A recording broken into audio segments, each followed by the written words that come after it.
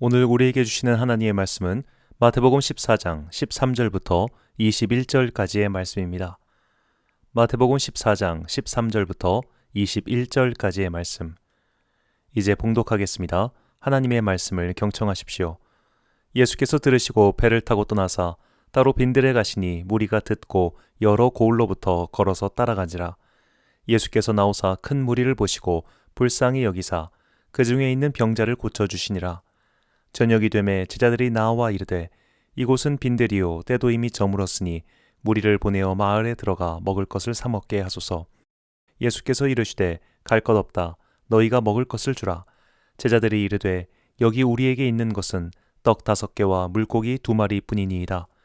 이르시되 그것을 내게 가져오라 하시고 무리를 명하여 잔디 위에 앉히시고 떡 5개와 물고기 2마리를 가지사 하늘을 우러러 축사하시고 떡을 떼어 제자들에게 주시매 제자들이 무리에게 주니 다 배불리 먹고 남은 조각을 12바구니에 차게 거두었으며 먹은 사람은 여자와 어린애 외에 5,000명이나 되었더라. 아멘. 주님의 눈이 머무는 곳이란 제목으로 하나님의 말씀 선포하겠습니다.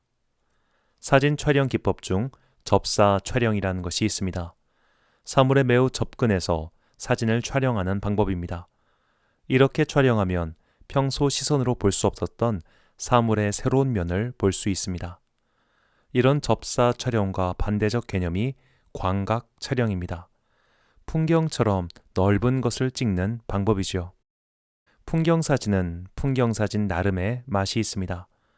그러나 큰 풍경사진은 개념 정리에는 도움이 되지만 살아있는 생경한 맛이 없습니다.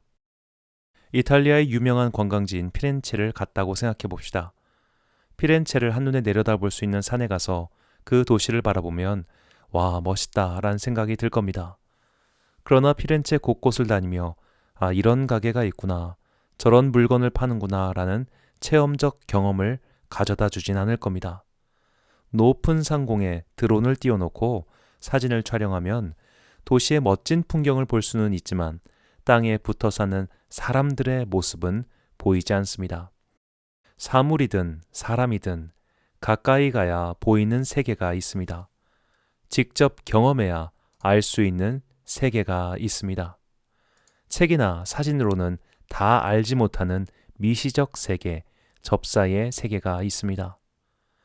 그래서 하늘의 하나님께서도 인간의 몸을 입고 이 땅에 오셨습니다.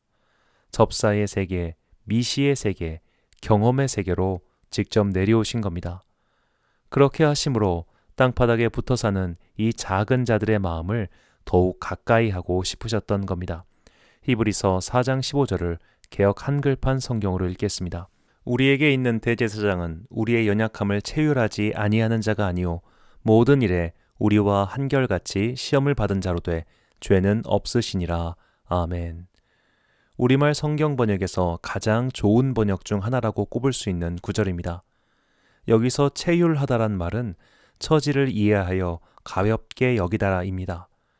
잘 사용하지 않는 한자어이다 보니 개역 개정판은 다소 밋밋하게 동정하다라고 거의 원문을 직역했습니다. 그러나 체휼이라는 단어가 하나님의 마음을 더욱 잘 표현해주는 좋은 표현입니다. 거시의 세계, 광각의 세계, 창공의 세계에 있는 존재들은 체휼을 하지 못합니다. 이해하지 못합니다. 왜 그렇게 사냐고 핀잔을 주고 혀를 끌끌 찰 뿐입니다. 그러나 체휼을 하는 사람, 이해하는 사람, 그 마음속을 아는 사람은 절대로 그렇게 말을 하지 못합니다. 그는 이해하고 동정하고 격려하고 힘을 줍니다. 그리고 우리는 그런 사람의 말을 들을 때 위로를 얻습니다. 예수님께서 사람의 옷을 입고 지상세계에 오셨습니다. 예수님은 금수저, 은수저를 물고 태어나시지 않고 흙수저를 물고 태어나셨습니다. 그분은 이스라엘에서도 가장 가난한 동네인 갈릴리 촌동네 나사렛에서 요셉과 마리아의 가정에서 태어나셨습니다. 마을의 이장도 아니고 사회적 존경을 받는 랍비의 아들도 아닌 목수의 아들로 태어나셨습니다. 집안의 첫째 아들인 예수님은 당연히 가업을 이어받아야 했을 터이니 일찍부터 목수 일을 배우셨을 겁니다. 예수님의 손은 희고 고운 손이 아니었습니다. 노동에 굳은 살이 배긴 거칠고 투박한 손이었습니다. 인간 예수님의 삶은 사회의 하층민의 삶이었습니다.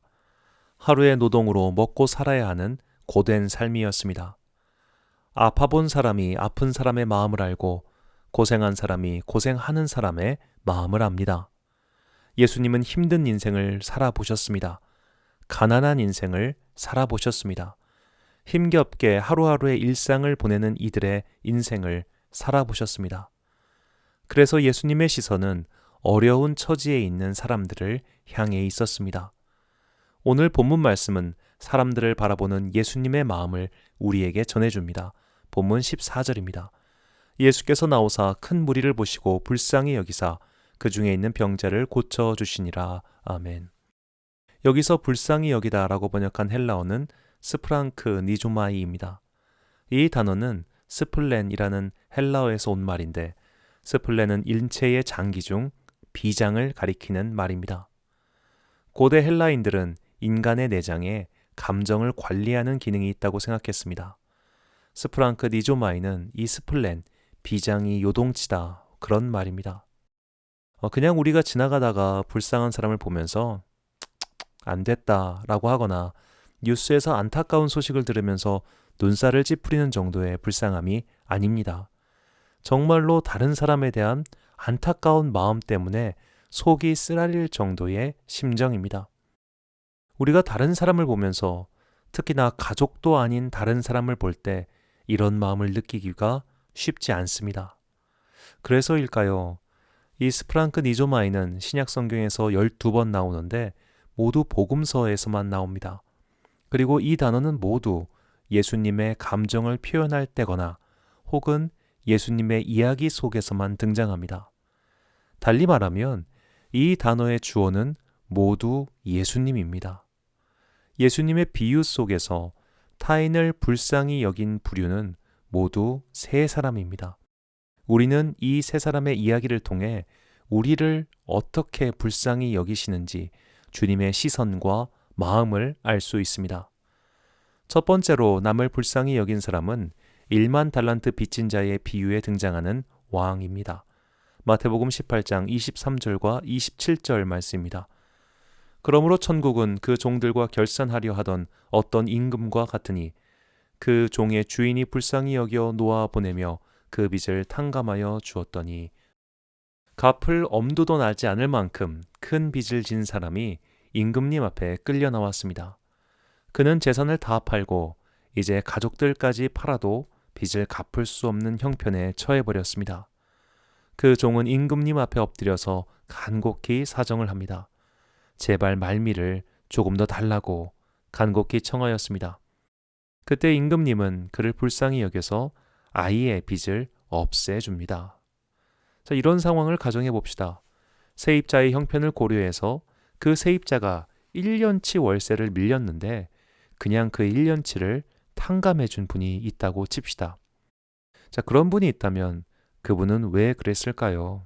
자기도 그런 경험이 있지 않았다면 정말 이 월세 때문에 이제 죽어야겠다라는 그런 절박한 경험을 하지 않았다면 그렇게 큰 돈을 탕감해 주지 않았을 겁니다.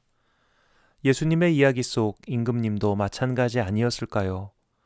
빚 때문에 인생이 구석에 몰려 이제 죽는 것 외에는 다른 방법이 없던 그런 시절을 겪어봤기 때문에 같은 형편에 처한 사람의 마음을 체휼하고 그의 빚을 탕감해 준 것은 아닐까요?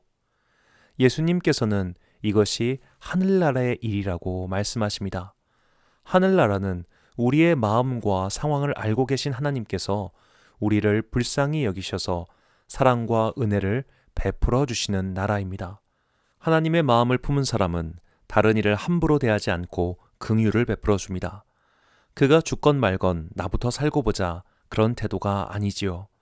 어떻게 해서든 그와 함께 살아가고자 같이 힘을 내자, 이겨내자 라고 말하며 도와주는 마음이 천국의 마음이며 하나님의 뜻입니다.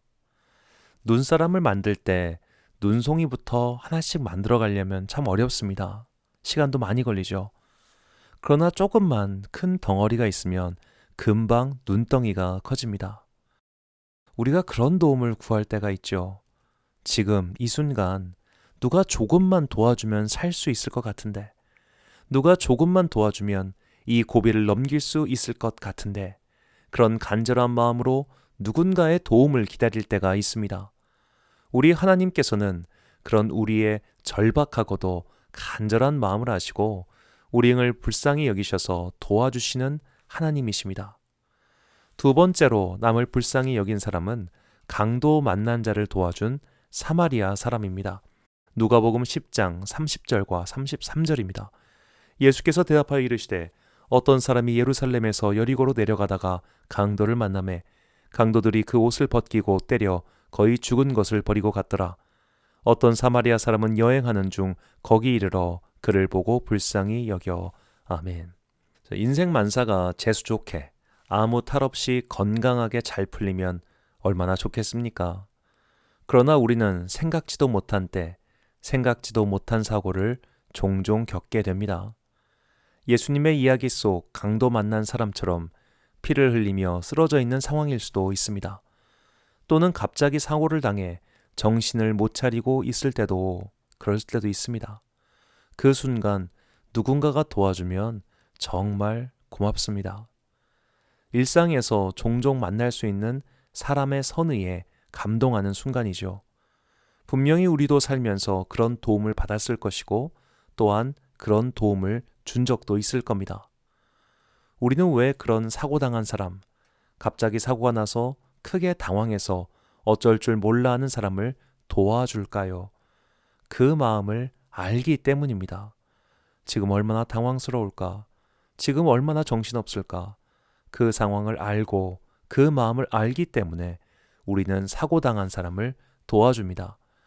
이것이 이웃의 고난을 체휼하고 불쌍히 여기며 도와주는 마음입니다. 이것은 배려심보다 더 깊은 마음이죠. 배려심은 이웃에게 피해를 주지 않으려는 예의 있는 마음이지만 어려운 이웃을 돕는 것은 배려심보다 더 큰 선한 마음에서 비롯됩니다. 나도 저 상황이라면 저럴 수 있지. 나도 저런 상황일 때 누가 도와주면 큰 힘이 되지. 그런 마음이 어느 때는 사람의 목숨도 살릴 수 있습니다. 이 마음, 위기에 처한 이웃을 이유 없이 도와주는 그 선한 마음이 천국의 마음이요 예수님의 마음입니다. 우리는 이 유명한 선한 사마리아인의 이야기를 전체 맥락을 파악하고 읽어야 합니다. 어떤 율법 교사가 예수님께 묻습니다. 내가 무엇을 하여야 영생을 얻을 수 있냐고 말이죠. 영생은 영원한 생명, 즉 하늘나라의 삶입니다. 이 질문을 바꾸면 어떻게 해야 천국에 들어갈 수 있느냐입니다. 그때 예수님께서 율법 교사에게 물으십니다. 율법엔 뭐라고 적혀 있느냐? 그러자 율법 교사가 대답합니다. 누가복음 10장 27절부터 29절, 36절과 37절 말씀입니다. 대답하여 이르되 내 마음을 다하며 목숨을 다하며 힘을 다하며 뜻을 다하여 주 너의 하나님을 사랑하고 또한 내 이웃을 내 자신같이 사랑하라 하였나이다. 예수께서 이르시되 내 대답이 옳도다. 이를 행하라. 그러면 살리라 하시니 그 사람이 자기를 옳게 보이려고 예수께 여짜오되 그러면 내 이웃이 누구이니이까? 내 생각에는 이 세 사람 중 누가 강도 만난 자의 이웃이 되겠느냐? 이르되 자비를 베푼 자니이다. 예수께서 이르시되 가서 너도 이와 같이 하라 하시니라. 아멘. 자, 고난을 만난 이웃을 그냥 지나치지 않고 자신이 도울 수 있는 한 최선을 다해 도와주고 아무 보답도 바라지 않은 그 선한 마음이 천국의 마음입니다. 그런 마음이 우리를 하나님 나라로 인도합니다. 예수님께서는 이 마음으로 우리를 체휼하셨습니다. 마지막 세 번째로 남을 불쌍히 여긴 사람은 집 나간 아들을 받아준 아버지입니다. 누가복음 15장 20절과 21절입니다. 이에 일어나서 아버지께로 돌아가니라. 아직도 거리가 먼데 아버지가 그를 보고 측은히 여겨 달려가 목을 안고 입을 맞추니 아들이 이르되 아버지 내가 하늘과 아버지께 죄를 지었사오니 지금부터는 아버지의 아들이라 일컬음을 감당하지 못하겠나이다. 앞선 두 종류의 불쌍히 여김은 근본적으로 타인을 불쌍히 여기는 마음입니다. 아무리 마음이 동하고 그 사람의 일이 남의 일 같지 않아서 애가 끌어도 내 자식 같은 마음이 들 리는 없을 겁니다. 자, 이게 하나님의 마음이고 예수님의 마음이죠.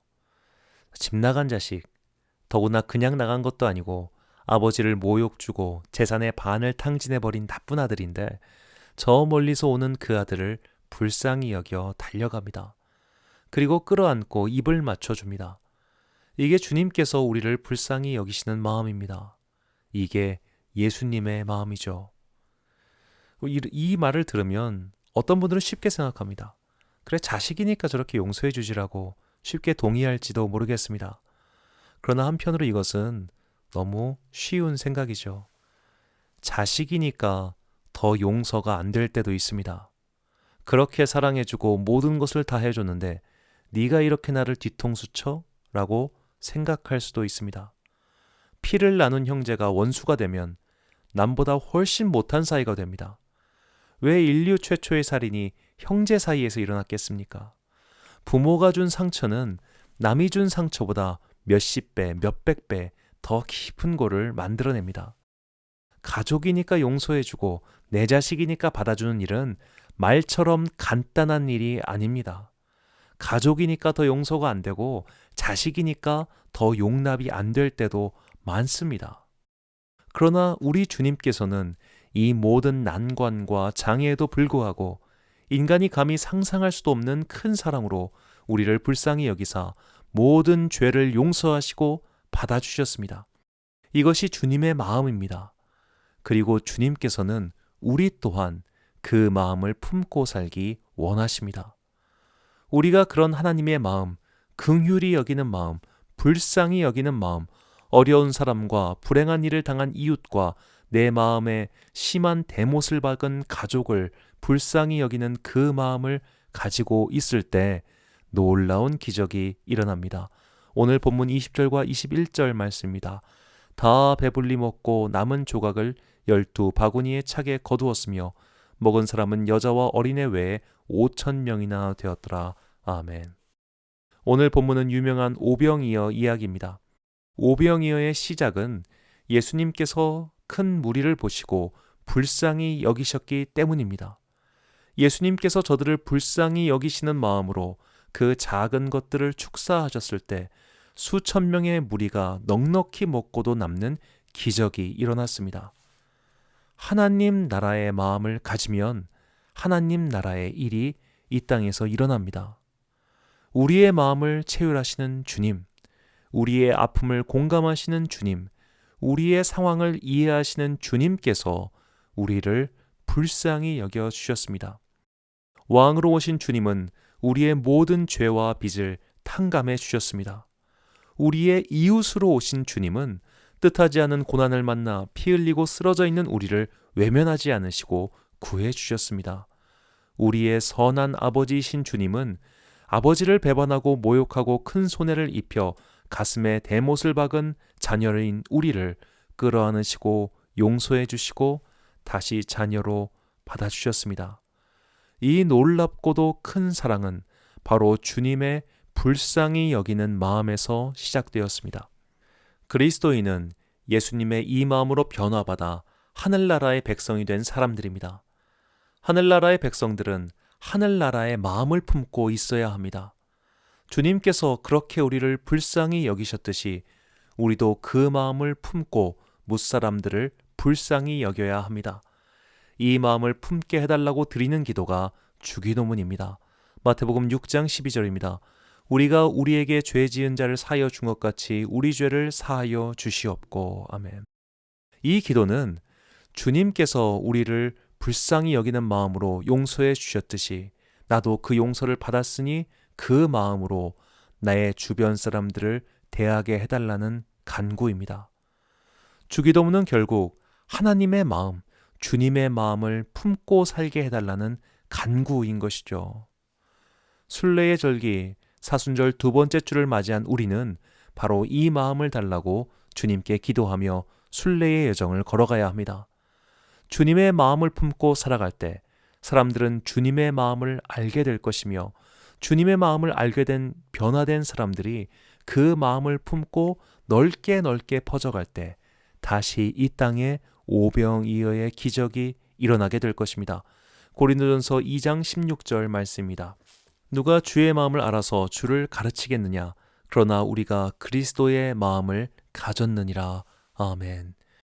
그리스도의 마음을 가진 바울은 불과 10수년의 사역 동안 수많은 사람들을 주님께로 돌아오게 한 오병이어의 기적을 보여줬습니다.